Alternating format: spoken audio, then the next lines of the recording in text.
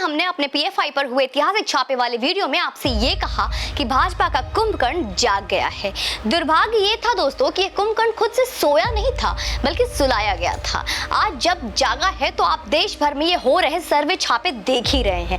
हर वक्त ये हाहाकार है, हर जगह ये हाहाकार है कि छापे पड़ रहे हैं, रेड पड़ गए हैं। हमें पूरी उम्मीद है कि 10 में से 9 लोग यह जान गए होंगे कि यह कुंभकर्ण महोदय कौन है, लेकिन 10 में से वो एक जो इनको नहीं पहचान पाया वो इस वीडियो के बाद अवश्य जान जाएगा कि हमने अपने वीडियो में कुंभकर्ण आखिर कहा किसको। मोदी सरकार 2009 में जब दोबारा से केंद्र में चुनकर आई तो राष्ट्रभक्तों में जितनी खुशी मोदी जी के प्रधानमंत्री दोबारा से चुने जाने की थी दोस्तों, उतनी ही खुशी इस बात की भी थी कि अब मोटा भाई गृह मंत्री बनकर आए हैं। कुछ तो तोड़फोड़ जरूर देखने को मिलेगा। जी हाँ, आप सबने बहुत सही समझा।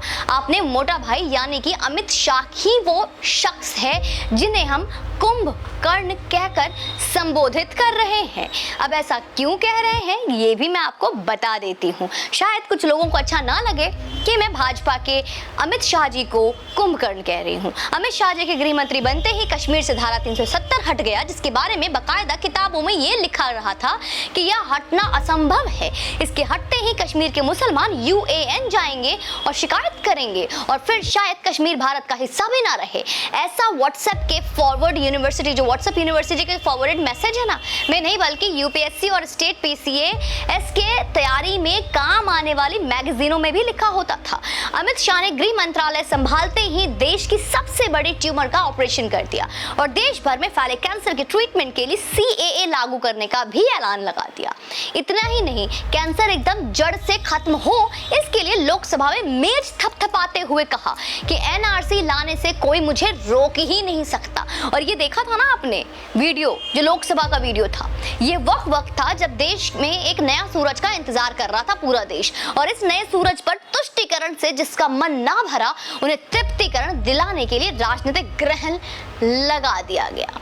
अमित शाह को फिर से सुला दिया गया। जी हाँ, यही हकीकत है कि अमित शाह को सुलाया गया और उसके बाद क्या क्या हुआ यहाँ किसी से छिपा नहीं है। फिर भी जिनकी याददाश्त कमजोर हो उनके लिए, वो चाहे शाहीन बाग के दिल्ली दंगे हो या कोविड में मौलाना साद वाला मामला, वो चाहे कश्मीर से फिर से बिगड़े हालात हो या पश्चिम बंगाल में काटे और लटकाए जा रहे हिंदुओं का मामला, अमित शाह बस मूक दर्शक ही बने रहे।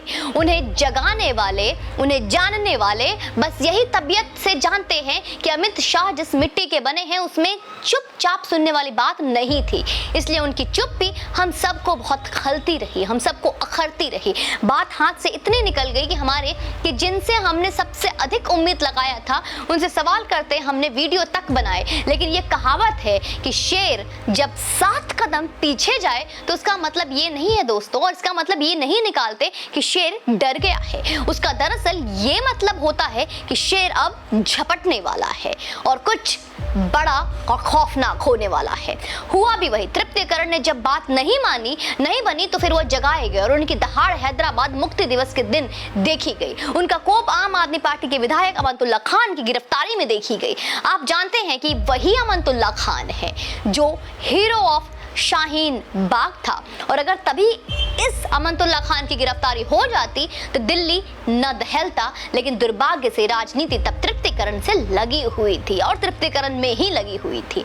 अमित शाह के जागते ही दिल्ली में सीबीआई के रेड पड़ने शुरू हुए और उसके बाद फिर एक्साइज, क्या एजुकेशन और बसेस के मामला सबके सब में सीबीआई और ईडी ने मोस्ट ईमानदार पार्टी का नकाब उसके चेहरे से यूं खींचकर पूरे दुनिया के सामने मोस्ट भ्रष्ट चेहरा दिखा दिया कि वाकई में हकीकत क्या है, वास्तविकता क्या है।